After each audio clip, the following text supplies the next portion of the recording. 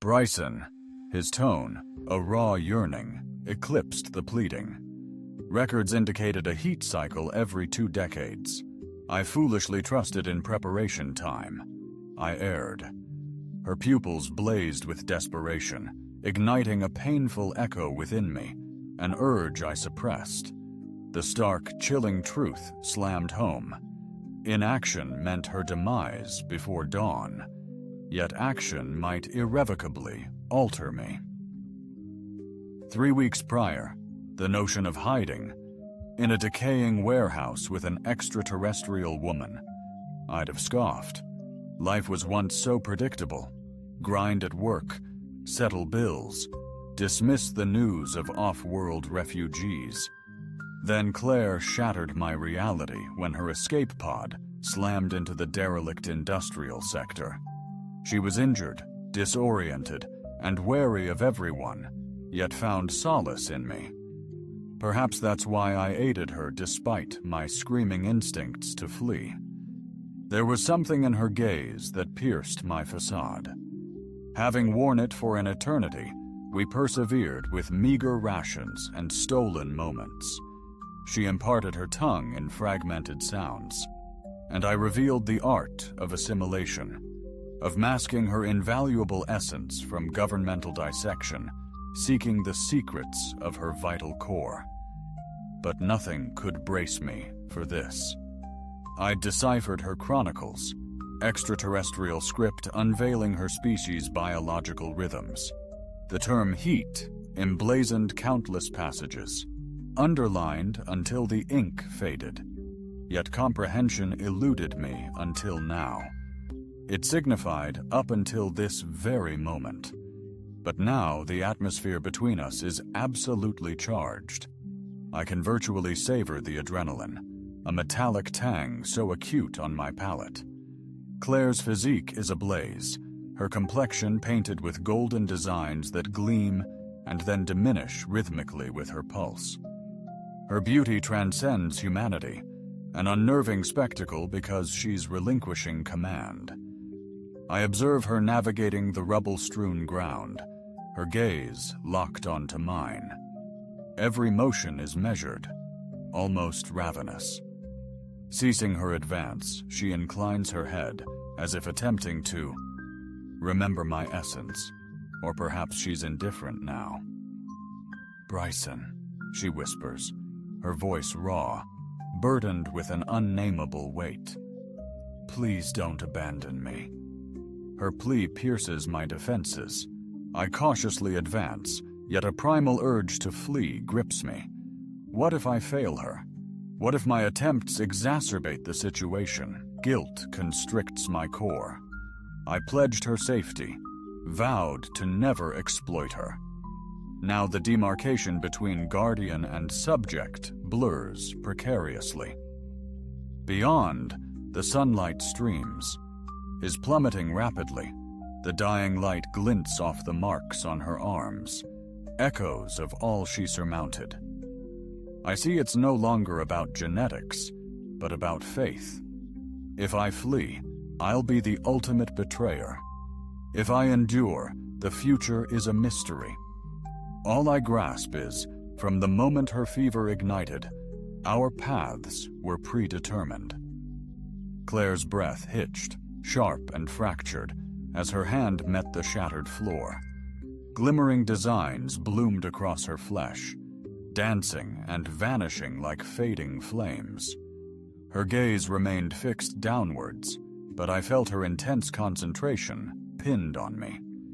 With the unwavering focus of a predator locking onto its target, I struggled to swallow, the sound amplified in the desolate warehouse. A torrent of questions overwhelmed my thoughts. How long would this nightmare persist? What actions could I possibly take? What course of action offered any semblance of safety? But they all evaporated as she raised her head. Her pupils had shrunk to mere slits, her vibrant green irises radiating an intense glow in the dimness. She possessed a feral, untamed quality, seemingly beyond reach, yet her voice, when she finally spoke, was gentle, almost innocent. "Bryson," she breathed. "It's agony." I cautiously advanced, and her stillness, rather than calming me, amplified my racing pulse. This was no longer the demure woman tentatively inquiring about the pronunciation of coffee, but something primal, raw passion and urgent need embodied. "I understand," I managed, though the words felt unspoken. My hands shook as I retrieved a battered water bottle from my pack, leaning against the wall. "Here, you need hydration. Please try to drink." Ignoring the bottle, she propelled herself forward, her motions faltering yet resolute, obliterating the space between us in an instant. "Claire," she whispered. Her forehead pressed against my knee. The touch jolted me with an intensity that almost made me fumble the bottle. I'd believed I was ready for anything she might require, but I was mistaken. I knelt deliberately, disregarding the sharp grit digging into my skin. "Claire, you must hear me out." Her breath came in ragged bursts, her body trembling with palpable stress. She raised her face, and I witnessed tears carving paths down her cheeks, mingling with the radiant shimmer of her skin. "I can't," she gasped. "I can't focus.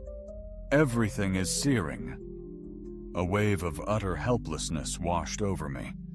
I'd never felt so utterly insufficient in my life. "Life, you're going to be all right. I deceived you because facing her descent into an irreversible condition was unimaginable."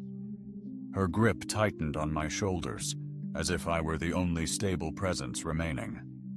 "Save me," she pleaded, her voice breaking. "Don't abandon me to death." The air possessed the metallic tang of rust and aged concrete. My mind raced, grasping for any comprehension. I recalled the fragile documents she'd carried from her vessel, the ones I had avoided fully examining due to their intensely personal nature.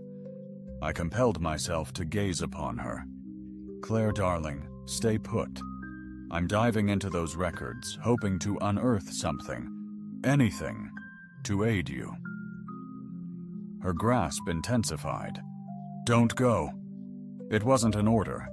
It was pure dread. I swallowed hard, my voice steady. "I won't. I vow I'll be right here." Gently, I disentangled her arms, rising, resisting her body's subtle pull, a gravitational yearning. I shifted towards the corner, our refuge of salvaged debris, cloth bundles, a battered metal case, and the delicate shell of documents I was too terrified to decode. My hands trembled as I sifted, desperately seeking any semblance of guidance. Each sheet overflowed with unfamiliar calligraphy.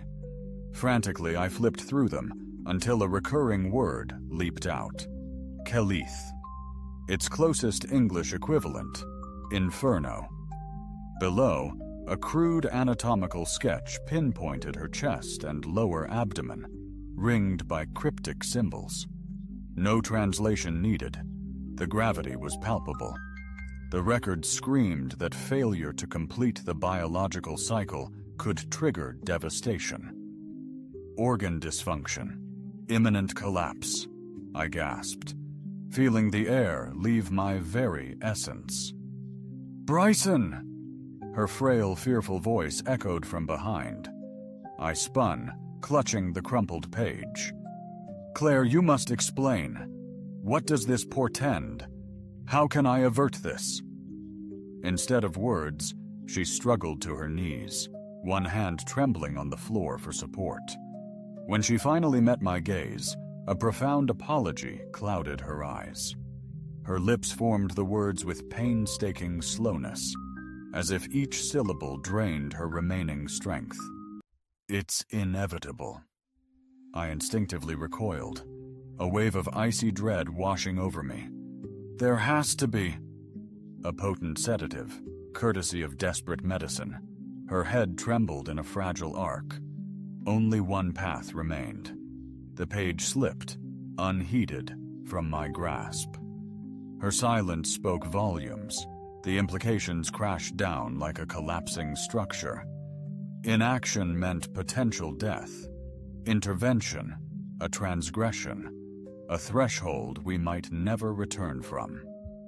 She reached, her hand encircling my wrist with unexpected tenderness.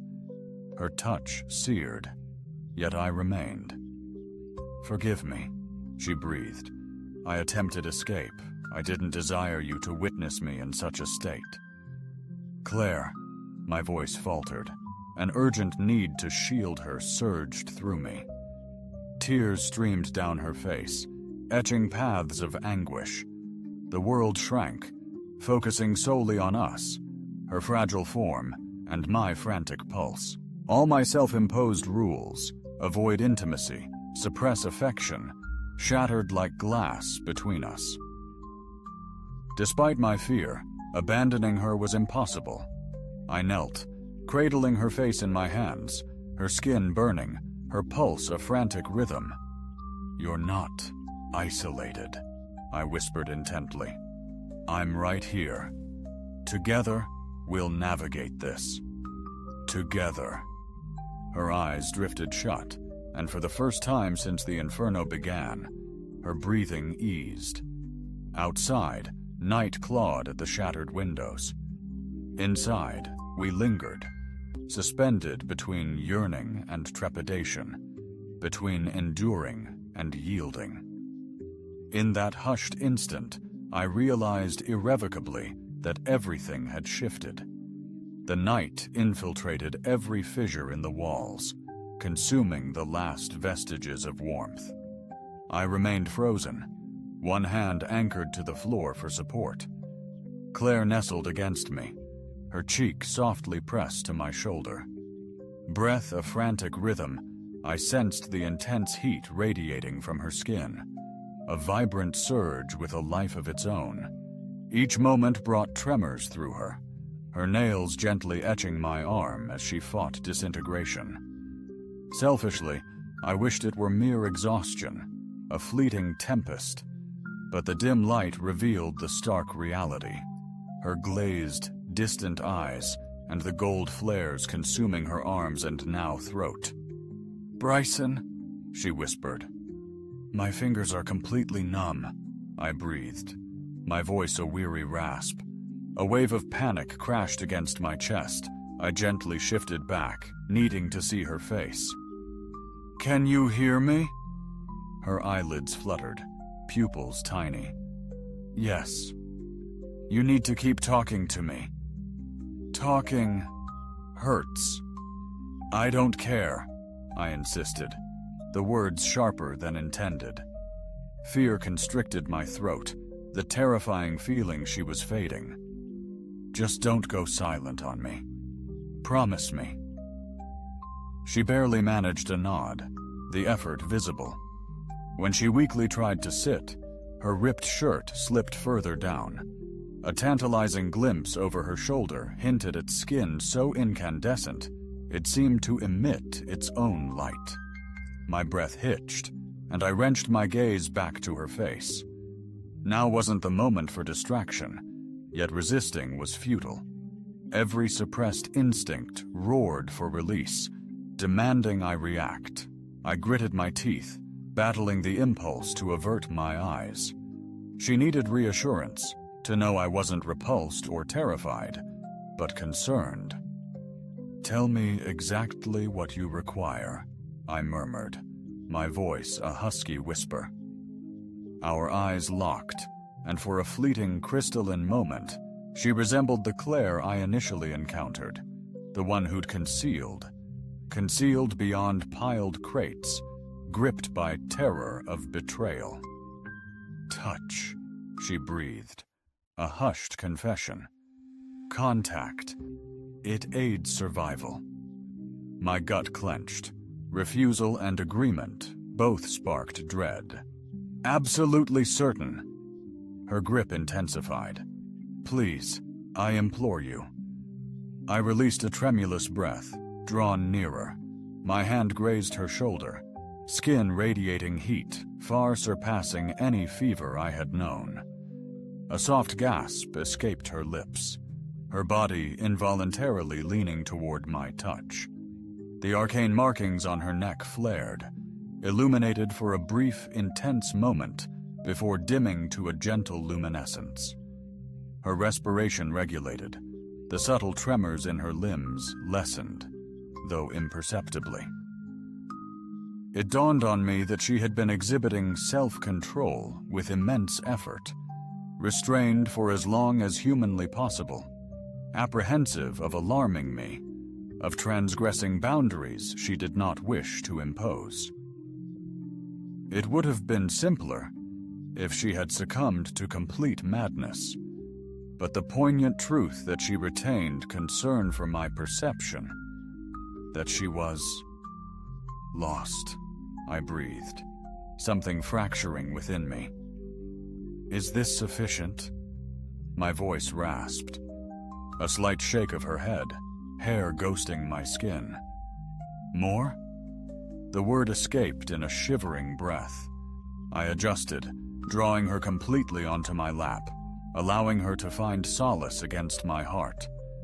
Her hands gripped, tugged at my shirt, pulling me closer, a visible relief washing over her each time our skin touched, the vibrant gold patterns on her body fading to mere shadows. Temporary. In moments, her breathing became labored once more. "Bryson," she whimpered, her voice dissolving into her mother tongue, catching mere fragmented phrases. The scorching heat enveloped her, an oppressive weight as I shut my eyes, battling a rising tide of panic. She wouldn't last the night in this condition. "Focus on my voice," I urged, my tone calm and measured, despite the frantic pounding of my heart. "If I proceed, if I extend my assistance, you must grasp a fundamental truth." Her eyes flickered open. "It's not obligation driving me," I declared. "It's genuine care. I refuse to stand by and watch you endure this suffering." A solitary tear traced a path down her cheek. She gave a single nod, her breath catching in her throat. I wasn't sure who trembled more as I cradled her face. Time seemed to halt, suspended between sheer terror and a feeling I dared not acknowledge. For a fleeting moment, the world fell silent. No city hum, no shifting debris, only us, trapped by a choice we both had been desperately avoiding. Then she spoke, her voice barely a whisper. Audible, "I never envisioned you witnessing me so vulnerable. Yet I'm strangely relieved," I murmured, even surprising myself. "It signifies your profound trust." Her lips trembled, yet silence persisted. Swallowing the lump in my throat, I tenderly pressed my forehead against hers. Her skin burned against mine, but I remained immobile. If this was her solace, her salvation, I would endure it. Her breath hitched, and for a fleeting second, her fingers dug deeper into my arms.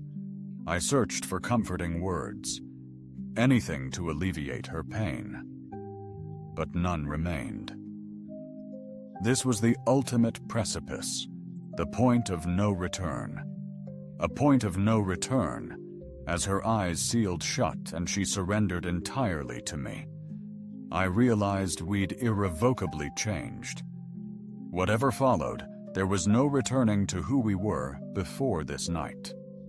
For an eternity, we remained still. The warehouse itself seemed to pause, holding its breath, anticipating which of us would falter first. I felt Claire's heart pounding, a frantic, erratic rhythm against my chest.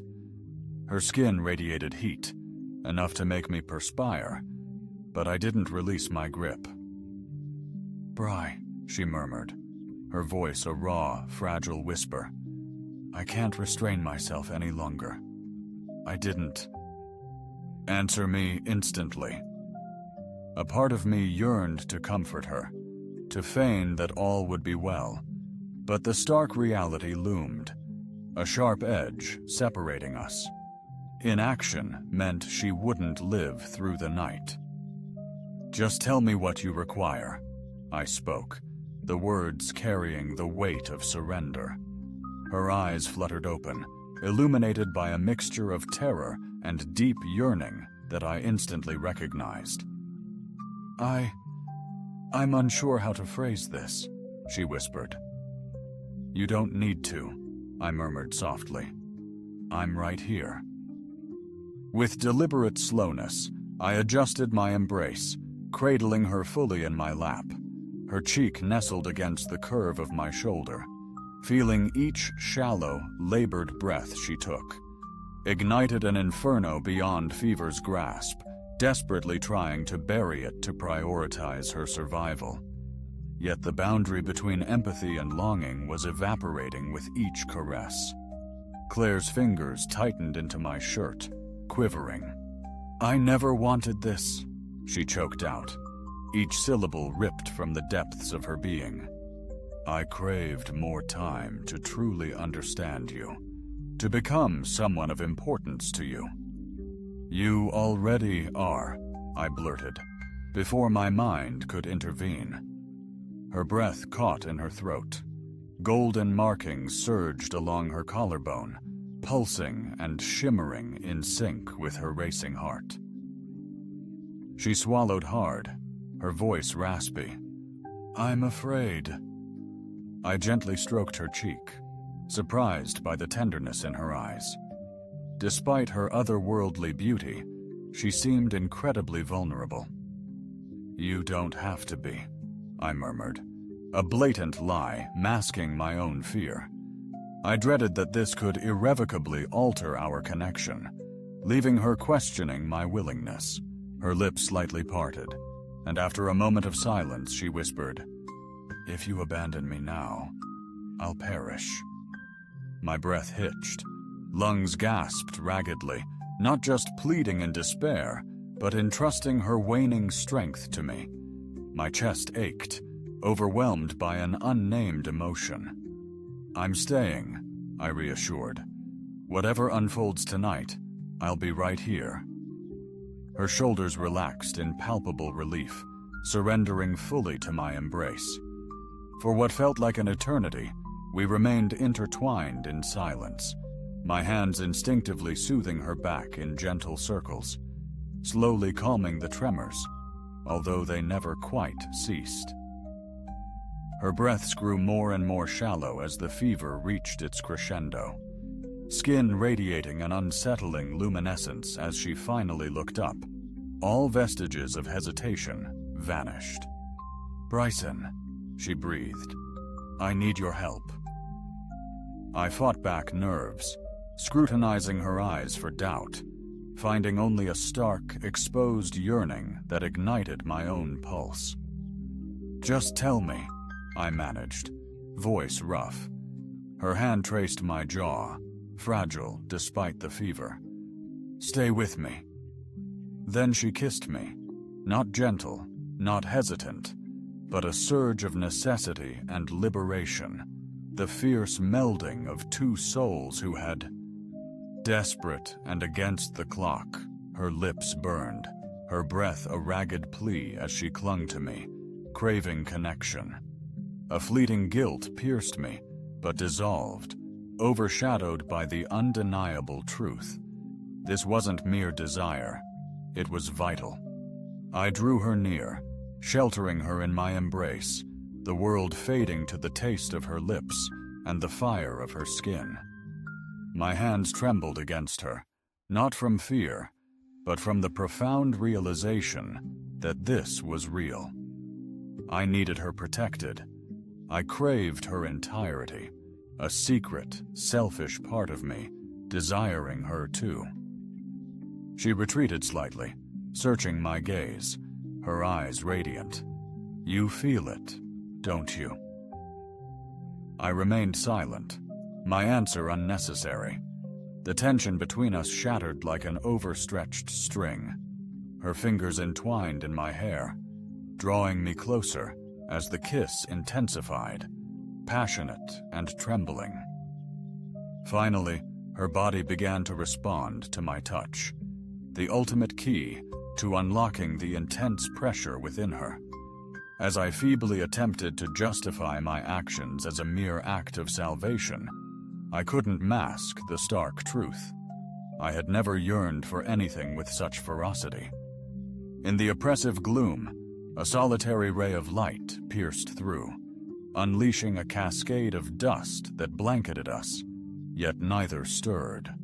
The world beyond those walls seemed an impossibly distant concept, rendered irrelevant by the delicate, almost ethereal bond that had formed between us. Minutes bled into what could have been hours, time losing all meaning as her ragged breathing began to normalize, each exhale a testament to her returning strength. The vibrant markings that had marred her skin faded to whispers of their former selves, and the fever's fiery kiss began to subside. When she finally pulled away, she looked utterly drained. I feared she'd crumble, yet she persevered, alive and secure. Her brow met mine, her whisper a mere breath. "Thank you." I choked back emotion, words failing me. A torrent of thoughts surged, inquiries, admissions, the chilling reality of tomorrow. I simply clasped her hands, traced her graceful back, and prayed she sensed my unspoken truth. Rescuing her was without regret, and I'd forever be transformed. The initial somber brush of dawn infiltrated through fractured panes, a fresh day apathetic to the prior night's devastation and unveiling. I squeezed my eyes shut, her warmth fading under my hands, resolving that no matter what unfolded, we'd confront it united. Soft, ethereal rays painted the concrete, transforming shards into chilling, miniature rainbows. I'd always despised this hour, the bleak twilight zone between shadows and light, but today it resonated, mirroring the gravity of our actions. Claire rested against me, her breaths softened. Eventually her skin reached a soothing, natural temperature. The radiant gold vanished, leaving whispers that vanished with each move. She was secure, breathing. Instead of simple relief, complexities arose. I remained still, hand gently on her back, feeling each subtle breath. Closing my eyes, I almost believed we were simply two souls seeking warmth in a normal place, not hunted figures. Crossed boundaries that fateful night. Eventually, Claire stirred, a soft, tentative sound escaping her lips. She raised her head, gazing at me, her eyes brighter and more unguarded than I'd ever witnessed, achingly vulnerable. "Bryson," she uttered my name, as if fearing it might cause pain. "I'm sorry." "Don't," I breathed, shaking my head. "Don't say that." "I have to," she persisted, her voice strained. As she shifted, her muscles trembled with exhaustion. "I should have left before it began. I should have, I don't know, forewarned you." I cautioned her as my fingers delicately grazed her cheek, securing a vibrant strand of emerald hair. "You attempted to reason, but I was deaf to your pleas." Her lips subtly parted, a scant argument brewing, yet she suppressed it, closing her eyes in resignation. "You were undeserving of this." My chest constricted with guilt. "Neither were you." But the words remained imprisoned, fearing they'd echo with condescension or strike too close to home. Instead, I gently traced the lingering golden trace at her temple, a haunting echo of a night forever etched in my memory. The touch sent a shiver through her, but she remained close, "I'm so relieved you survived," I whispered. Her eyelids gently lifted. "And if you lament what transpired between us," I began, but words failed me. "Do I lament it?" Regret felt inadequate. The situation was far more nuanced. Had she not entered my world, had she not required me in an unprecedented manner, I would remain a man barricaded from connection. Whatever feelings stir within me, confusion, guilt, I cannot feign wishing to erase it. "I don't regret rescuing you," I declared at last. She studied my features intensely, as if seeking a hidden truth. She remained skeptical, perhaps eternally so. Outside, the wind rattled the shattered window panes, sending a chill breeze over us. She shuddered anew, clutching the tattered remains of her shirt tighter around her shoulders. I shrugged off my jacket and gently placed it around her. After a moment's pause, she nestled back into my embrace. It felt strangely familiar, the way she settled against me, as if we'd shared this intimacy countless times before. "I'm at a loss for what the future holds," she murmured, barely audible. I shared her uncertainty. We couldn't remain sequestered in this warehouse indefinitely. Sooner or later, eventually someone would come searching, perhaps the authorities, who had already unjustly labeled her a menace, or the opportunistic scavengers, eager to auction her off to the wealthiest buyer. And when they arrived, they would undoubtedly deem me just as culpable as she was. Yet as her breathing gradually normalized against my collarbone, a profound realization washed over me. None of those potential consequences held the weight I had previously assigned to them. For within the span of a single night, the very core of my self-perception had been irrevocably altered. I had perpetually convinced myself of my self-sufficiency, clinging to the belief that vulnerability and dependence were perilous and exorbitantly priced. But when she had gazed into my eyes and pleaded for assistance, I'd always known escape was impossible, but now desire eclipsed it. Her hand met mine, fingers interlacing with exquisite care, a subtle act, yet profoundly moving. "I'm not returning," she whispered, "even if they seek me." I hesitated, throat constricting. Her thumb brushed my skin, a feather-light promise. "Because I'd rather remain here with you and witness the person I'm destined to be." My breath hitched. Not a declaration of love, but something deeper, a nascent truth, a shared recognition. Whatever connection we'd forged wasn't fleeting. I turned, wanting to truly see her in the dawn's first light. She seemed nearly human, yet fundamentally unique. Neither of us would ever be ordinary. "I fear I'm inadequate," I confessed, "to safeguard you, to create this."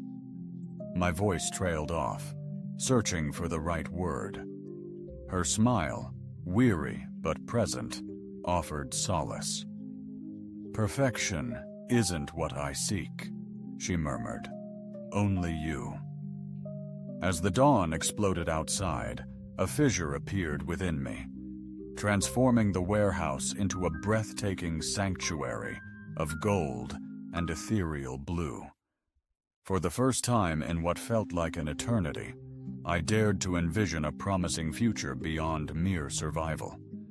Gently, I kissed her temple, my eyes sealed shut.